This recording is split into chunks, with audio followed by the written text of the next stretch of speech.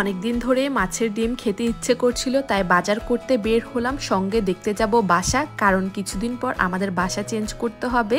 এই নিয়েই থাকছে আজকের ব্লগটি। আসসালামু আলাইকুম, কেমন আছেন সবাই? আপনাদেরকে আরেকটি নতুন ব্লগে স্বাগত জানাই। আজ শুক্রবার, এখন বাজে বিকেল 4টা। দুপুরে খাওয়া দাওয়া শেষ করে বাসা থেকে বের হয়ে গিয়েছি। আর বাসা থেকে বের হলে আমার মেয়ে ঈদের থেকেও বেশি খুশি হয়। এখন তো আমাদের এখানে অনেক বেশি ঠান্ডা পড়ে গেছে, তাই বাসা থেকে সবসময় বের হওয়া হয় না, কারণ এমনিতেই আমাদের সবার ঠান্ডা লেগে গেছে। এত ঠান্ডার ভিতরে বের হলে পরে আবার সবাই অসুস্থ হয়ে যাবে। তো আমাদের বাসার একটু কাছেই গেলাম একটা বাসা দেখতে।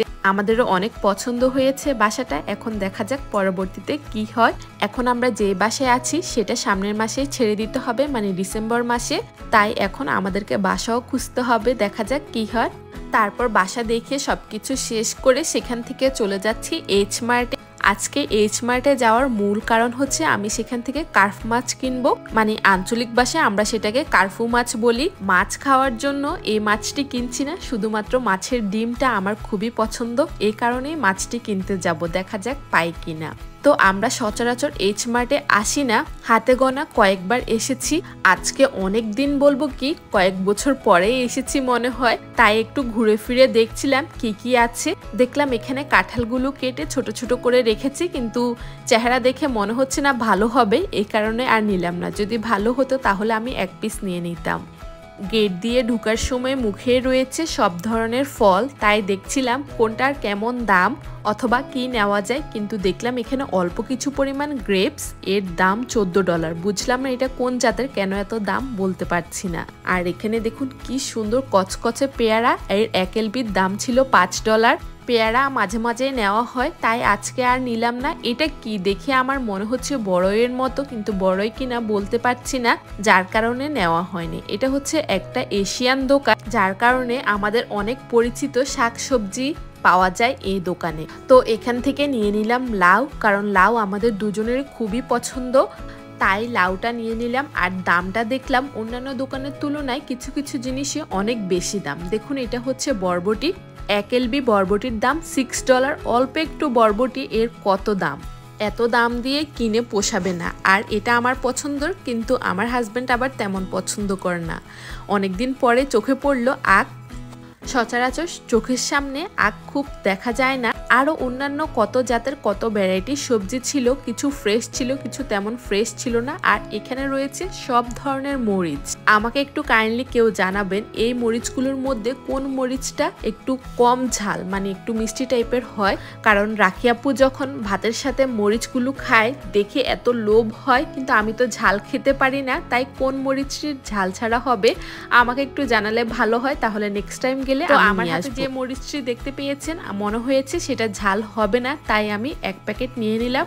আর এখানে রয়েছে ছোট ছোট বেগুন, এগুলি শুটকি দিয়ে খেতে খুবই মজা হয়। এর পাশেই যে দেখেছেন মটরশুঁটি খোসা সহ, সেগুলি কিন্তু খোসা সহ খায় এদেশের মানুষজন। তারপর এখান থেকে নিয়ে নিলাম লেমন গ্রাস, এটা দিয়ে একটু স্যুপ বানাবো, তাই পেলাম হাতের কাছে, একটা প্যাকেট নিয়ে নিলাম। আর দেখুন নিম পাতার কি যে দাম, মনে হচ্ছে আমাদের দেশ থেকে যদি একটা নিম গাছ উঠিয়ে নিয়ে আসতে পারতাম তাহলে আজ বড়লোক হতে আমাকে কেউ আটকাতে পারতো না। এই যে এখন দেখুন সাজনা পাতা, কচুর শাক, এক একটা জিনিসের কি পরিমাণ দাম। এছাড়াও এখানে অনেক ধরনের পাতা রয়েছে যেগুলি অন্যান্য দোকানে সাধারণত পাওয়া যায় না। এখানে আসলে সেই শাকসবজিগুলো পেয়ে যাবেন, কিন্তু অনেক দাম। তারপর এদিকে চোখে পড়লো লেবু পাতা। দেখুন এক এলবি লেবু পাতার দাম হচ্ছে $5। এটা কি মানা যায়? আর রয়েছে অনেক জাতের অনেক ভ্যারাইটির মূলা, মূলার শাক। মূলাটা আমাদের বাসায় আনা হয় শুধুমাত্র মাংস দিয়ে খাওয়ার জন্য, কিন্তু মূলার শাক বা এমনি রান্না করলে আমার হাজবেন্ড পছন্দ করে না, তাই একজনের পছন্দ হলে তো হবে না, এই কারণে নেওয়া হয় না। আর এটা দেখে মনে হচ্ছে ডাঁটার শাক। আরো অনেক জাতের শাক ছিল যেটা হয়তো আমিও চিনি না, তবে আমাদের দেশীয় অনেক শাকসবজি এইচ মার্টে গেলে আপনারা খুব সহজে পেয়ে যাবেন। তারপর এখান থেকে একটি মূলা নিয়ে নিয়েছি মাংস দিয়ে খাওয়ার জন্য। এরপর চলে গেলাম মাছ কেনার জন্য, যার জন্য আজকে এখানে আসা, সেই কাজে চলে গেলাম। গিয়ে দেখলাম এখানে অনেক ধরনের মাছ রয়েছে, তবে আমরা তো এসেছি আজকে কার্ফ মাছ কেনার জন্য, তো দেখলাম ওনাদের কাছে শুধুমাত্র 3টি কার্প মাছ আছে, কিন্তু কোন মাছের মধ্যে ডিম হবে সেটা ওনারাও বলতে পারছেন। ছোটগুলো দেখেই মনে হচ্ছে ডিম হবে না, বড়টা নিলাম। তারপর ওনারা বললো ওনারাও শিওর না এটার ভিতরে ডিম হবে কিনা, সাহস করে নিয়ে নিলাম। আর 1 এলবি মাছের দাম ছিল $4 করে, মানে $3.99, ওই ধরুন $4 করে ছিল। তারপর নিয়ে নিলাম। দেখলাম না যখন ওনারা মাছটা কাটছিল মাছের ভিতরে অনেকগুলো ডিম হয়েছে, দেখেই তো আমি অনেক খুশি। আর ওনারা আমাদের কথা একটু কম বুঝে, মানে ইংলিশে বললো ওনারা একটু কম বুঝে, তাই ওনাদের উপরে ডিসপ্লেতে লেখা আছে কে কোনভাবে মাছগুলো কেটে নিতে চায়। তো আমরা 6 নম্বরে যে কাটিংটা ছিল সেভাবে মাছগুলো কেটে নিলাম, কিন্তু মাছ কাটাটা তেমন সুন্দর নয়, দেখতেও ভালো লাগে না। সেই মাছগুলোকে বাসায় নিয়ে আবার ঠিক করতে হবে রান্না করার সময়। তারপর আরও নিয়ে নিয়েছি শসা, মাশরুম, এরকম টুকিটাকি জিনিস নিয়ে বের হয়ে গেলাম। আসার সময় রাস্তার ধারে এক বাড়িতে দেখলাম হ্যালোউইনের যে সাজ, দেখে তো আমার গা ছমছম করছিল।